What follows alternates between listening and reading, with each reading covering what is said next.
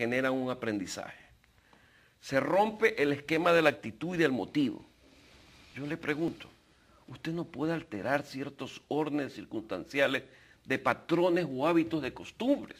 En el caso del uniformado, porque no solo es el policial, es también el uniforme militar que está en la frontera norte, pues. Arriesgan su vida.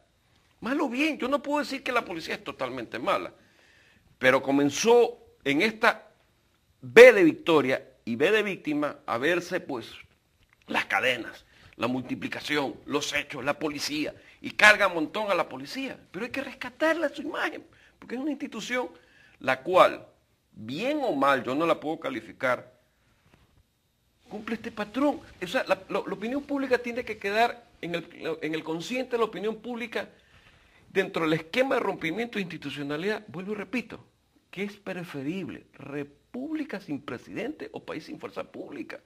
Lamentablemente es una columna vertebral, pero que en el Ecuador registra dos historias, Taura y el regimiento Quito. Lamentablemente, para así citarlo en la historia, democrática, jurídica. En este momento vivimos una confrontación del Estado de Derecho versus el Estado de opinión pública. Está ese juego. Ya vamos precisamente a analizar el estado de opinión pública a partir del uso de la comunicación sobre el rescate de la fuerza interna del Estado.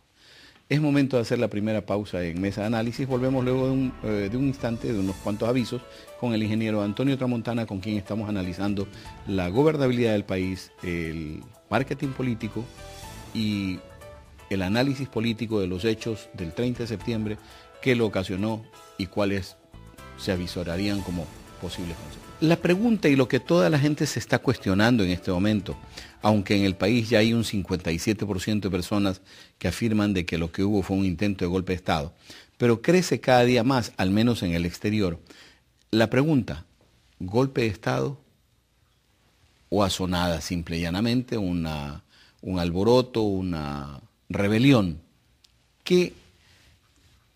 ¿Cuáles serían los elementos por los cuales se podría calificar de una o de otra forma lo del 30 de septiembre?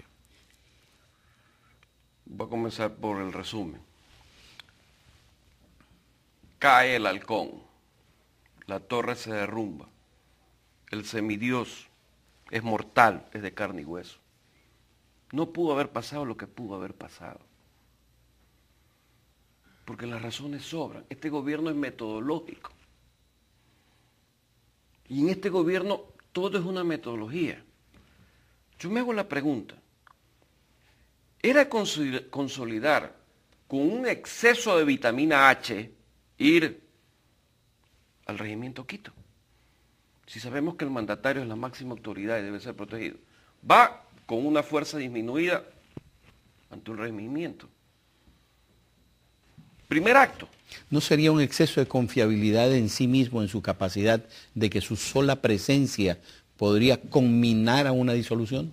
Es que la confiabilidad llega un momento en que la fuerza y el coraje están por un lado y la vitamina H también. Entonces, cuando la vitamina H rebasa la fuerza y coraje, viene el exceso de confianza. El exceso de confianza es lo que marca que la suma de dos errores no hace un acierto, porque él tuvo un primer acto, pues sintió que no pudo entrar. Eso es más que suficiente para que usted se dé Entonces, cuenta. en ese caso podríamos hablar de una simple revuelta. En ese momento, como estaba, era una manifestación de revuelta. En ese momento. La consecuencia de todo esto es que deriva en que después, ¿qué es lo que se tiene que demostrar por parte de la versión gubernamental? ¿Cómo es que sale la FAE? Pues con cartelones prefabricados. ¿Y cómo es que sale desde el Ministerio de Defensa ciertas cosas? Entonces, el descontento, porque cuando usted tiene un descontento mal explicado, mal comunicado, en su orgullo y dignidad usted también sale a protestar. No es que estoy defendiendo este hecho condenable. Estos hechos de que se vienen dando y que derivan en el 30 de septiembre, ¿pudieron ser detectados?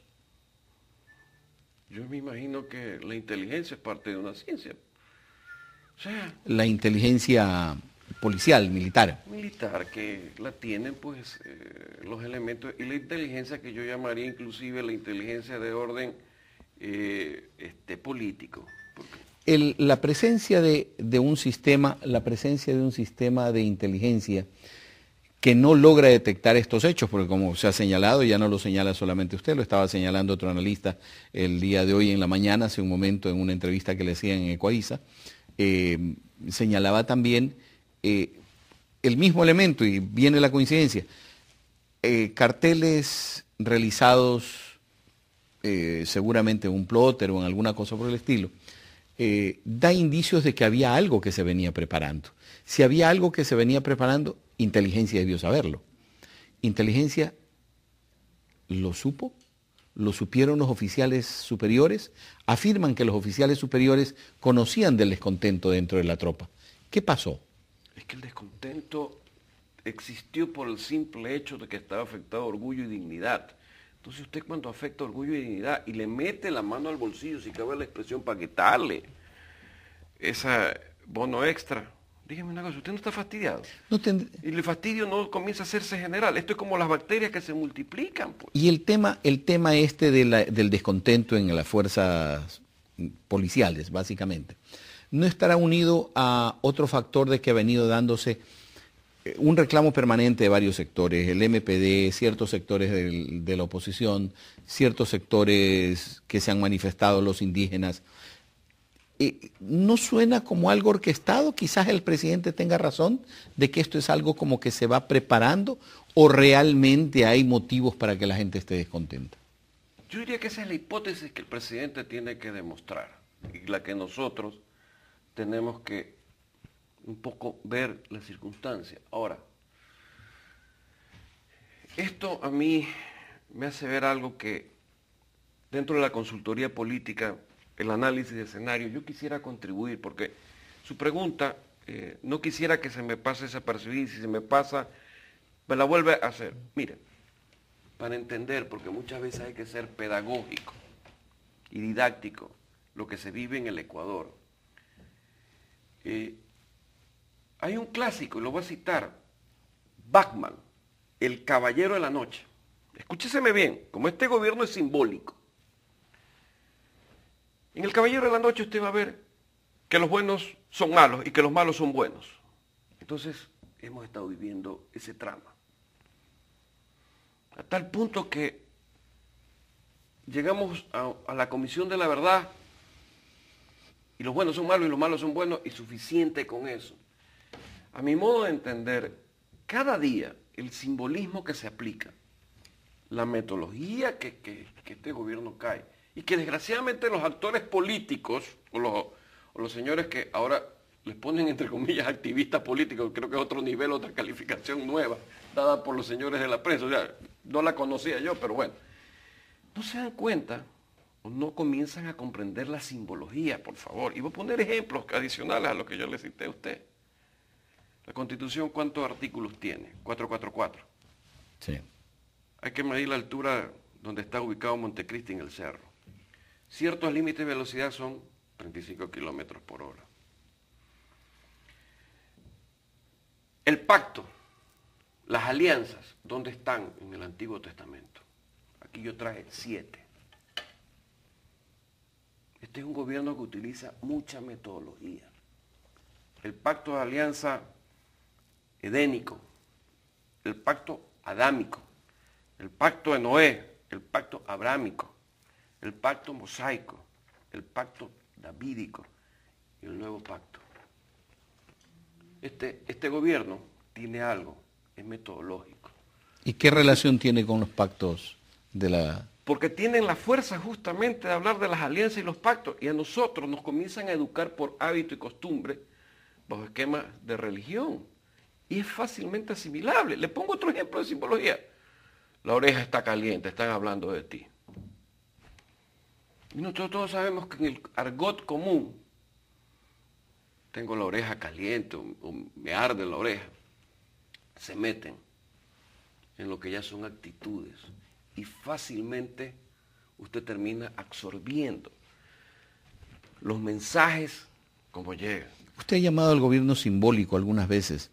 ¿Es precisamente por esto, por el uso de este tipo Por supuesto. de costumbres para poder penetrar?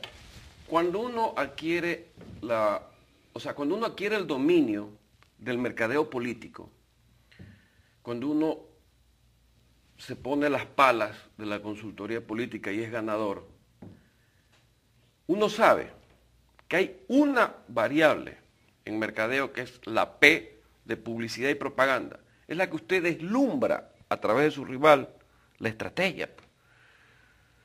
La comunicación es una estrategia para persuadir, llamar la atención, manejada racional o emocionalmente. Entonces, este gobierno tiene producto, tiene plaza, porque ahora son los ¿cómo es que llaman? Comité de la Revolución, sí. Localización. Precio, llamémosles valores, pero sí tiene un manejo conceptual de la herramienta comunicacional. Es una experticia que no se descifra por el común de los mortales, sino que es absorbido usted. Por eso que yo le decía a usted, a la vuelta de la esquina siempre vamos a encontrar la Coca-Cola, pero a la vuelta de la esquina siempre va a estar el gobierno con una esperanza. La utilización precisamente de toda esta simbología, la utilización de esta propaganda masiva, de la publicidad masiva, llega un momento en que crea una imagen, crea un algo idealizado. Pero luego de eso, el pueblo que idealizó aquello pide resultados. ¿No cree que eso podría ser más bien peligroso en un momento dado? Si no se dieran los resultados prometidos, la caída sería más dura. Vea, aquí viene la parte dura. Vamos a hacer jaque nosotros, sano por supuesto, al rey. ¿Sabe por qué yo planteé en su programa del 27 de septiembre la muerte cruzada? Ahora sí, pues tiene más fuerza. El presidente tiene que legitimarse. Pues.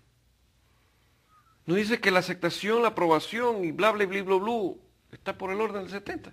Entonces, vamos pues, ahora sí, pues, seámonos lo que se llama manejadores y jerárquicos en el poder. Pero eso le puede representar quedarse sin asamblea. ¿Sabe qué es lo que puede representar? Y vamos al tema. Yo lo planteé en su entrevista anterior. Las utopías, pues, impracticables. ¿Qué va a pasar si la muerte cruzada él la toma? O la toma, como lo dije, el Congreso. ¿Sabe qué? La primera utopía, ¿qué hacemos? No hay partidos políticos. Hay que coger a los partidos políticos y olvídate de la firma. Vamos. Y la segunda, pues, yo he llamado a eso, en ese artículo que se llama La Trilogía Eterna, Ajá. Política, Pobres y Prensa. Cuidado, el veneno del DDT nos va a llegar un momento que tendremos que saborearlo y Dios no quiera. Pero ¿sabes qué es el DDT? La dictadura democrática totalitaria. Un momento que no hay Congreso. ¿Cómo se gobierna? Es que eso sería, en el caso de la muerte cruzada, el presidente quedaría gobernando vía decreto durante un tiempo. Que el señor, en lo utópico, elaboró esta constitución. Tiene que ser atrapado en lo utópico de la práctica de aquello que, por el buen vivir, se equivocaron en el bien común, pues. Si esto es un tema que está ahí, o sea, legalmente da las condiciones.